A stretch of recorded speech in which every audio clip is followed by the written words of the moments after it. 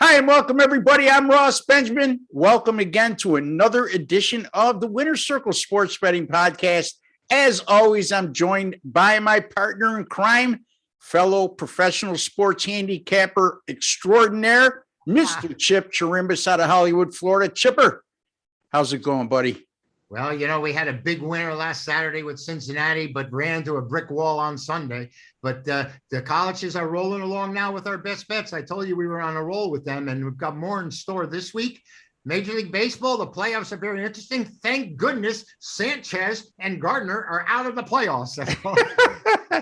Yeah, I was thinking of you last night when, they benched Sanchez and Gardner. I mean, the guy's had a nice career for the Yankees. Yes, okay? yeah, But and they're looking to re-sign him.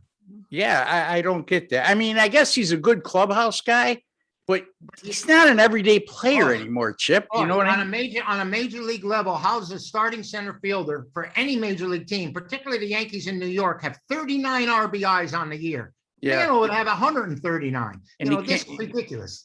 And he can't break a piece of glass. No. With his arm. He's lost his speed. Adequate outfielder. Well, anyway, college football, Ross. We got the big two, and then everybody else. Alabama. I will tell you this. Okay, I'm getting back to Brett Gardner, and we're talking about college football, folks. And I won't bore you with this any longer. I could confidently say, in my prime, in my early 20s, I had a better arm than Brett Gardner has right now. Sure. So anyway, let's get to, now that we got done talking about ourselves, let's get back into the college football swing. What have you seen so far in college football, especially the last week, Chipper? Well, defense is dominated. I think Alabama's defense isn't as strong as Georgia's. And like we mentioned before, I think Cincinnati might be the first non-Big Five team to be able to get into the finals in college football. But, Penn State and Iowa are facing off this week, and that is a critical game for both of them. Iowa has been very, very impressive, and I think Penn State is better than most people think. Wisconsin's a major disappointment, without a doubt. They can't move the ball. They got no quarterbacking whatsoever. And Notre Dame, surprisingly enough, we're going to be talking about them here, but Notre Dame doesn't have the offense that they've had in the past. No, they have weapons on the outside. It's, there's a reason why this kid wasn't starting at Wisconsin, this Jay Cone. And, how good can you be if you are back up to Graham Mertz? I mean, this kid hasn't shown anything. Unfortunately for Wisconsin, they closed the gap to 13-10 in that game. First drive of the second half, Graham Mertz gets knocked out of the game with a clavicle injury, and the backup was twice as worse as he is. So I don't understand Wisconsin. If first of all, they're a run-heavy offense, and they have been for years now. Okay, so how are you going to get a top-notch quarterback to go to Wisconsin? I'm still trying to figure out how they got Russell Wilson to go there for 1 year. Anyway, I think Mertz is terrible, and he took the Cone's place, and now Cone's starting for Notre Dame, though he's injured this week and may not get the start. Like I said, the kid from New Canaan, Connecticut, will be starting for the Irish. I think his name is Payne or Pine, Pyne.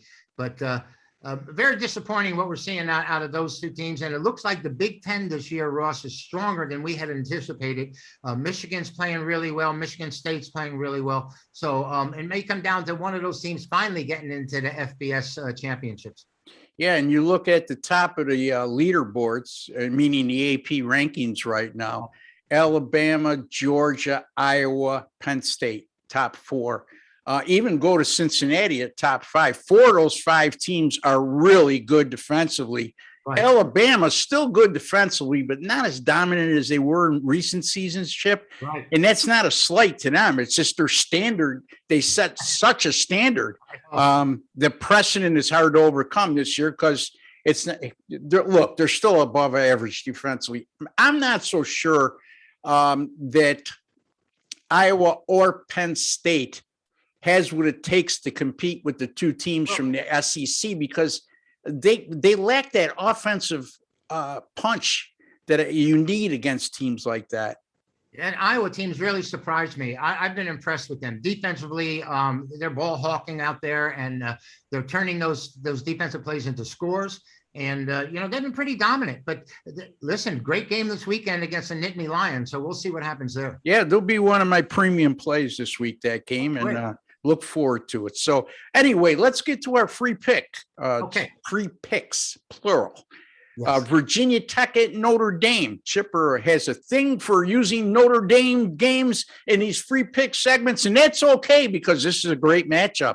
I think it's Notre Dame at Virginia Tech. Notre Dame at Virginia Tech. Right. That's correct. And they've come up a 1-point favorite, which the Hokies haven't been very impressive at all. They're 3-1, only 2-2 on the record. Notre Dame 4-1. We know they got beat last week with the premier play with Cincinnati that we gave you right here. And we also gave you an under in that game, which was a winner with your free pick right here with winner circle. I don't see Notre Dame scoring all that many points the entire season. Their offense is ranked number 95 in the country. They're averaging 361 yards a game, and they played the likes of Toledo. It's just very frustrating to see that they don't have the running game they've had in the past. Like you said, they're strong at the tight end and the wideouts. But, 5 of the last 6 games, Ross, against teams with winning records have gone under the total. They're 10-4 to the under on the road in their last 14. Now, Virginia Tech has gone 6-0 to the under in their last 6 games, 4-0 this year.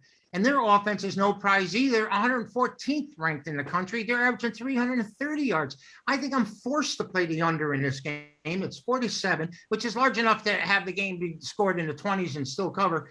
But the under for Virginia Tech at home is 6-0 in the last 6 meetings. And overall, against teams with winning record, they've gone under 12-4. So I'm going to play the under here. I usually like to come up with a side, but I think the under's a side. And we had an under last week, and we won with it, and we're going to stick with it against Notre Dame. And we had under when Notre Dame played Wisconsin. So maybe there's a trend here, and we're going to stick with it. Yeah, and the other thing is that the kid Meyer, the tight end for Notre Dame, got hurt at the end of that Cincinnati game.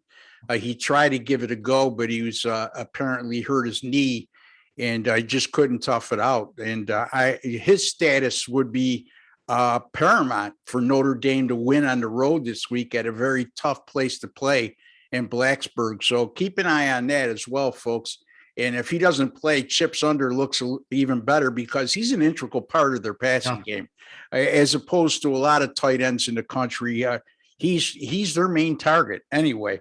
I am going to look at the Stanford at Arizona State game, Chip. You astutely pointed out to me last week, and you used Stanford as an 8.5-point underdog, and they came through nicely, winning against number 3 Oregon in a home game.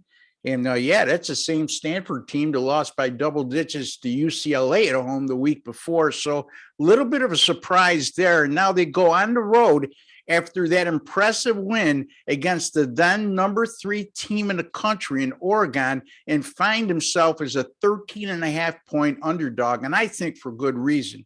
And the books are begging you to take the underdog in this situation. Actually, the game opens at 11.5. It's up to 13.5 now. And that's despite the money going to Stanford. So public money, that is. So you can see some sharp money has gone on the favorite, and I'm going to be part of that sharp money, by the way, folks. Right. You're also looking at an Arizona State team. This is a really good team. They're 4-1.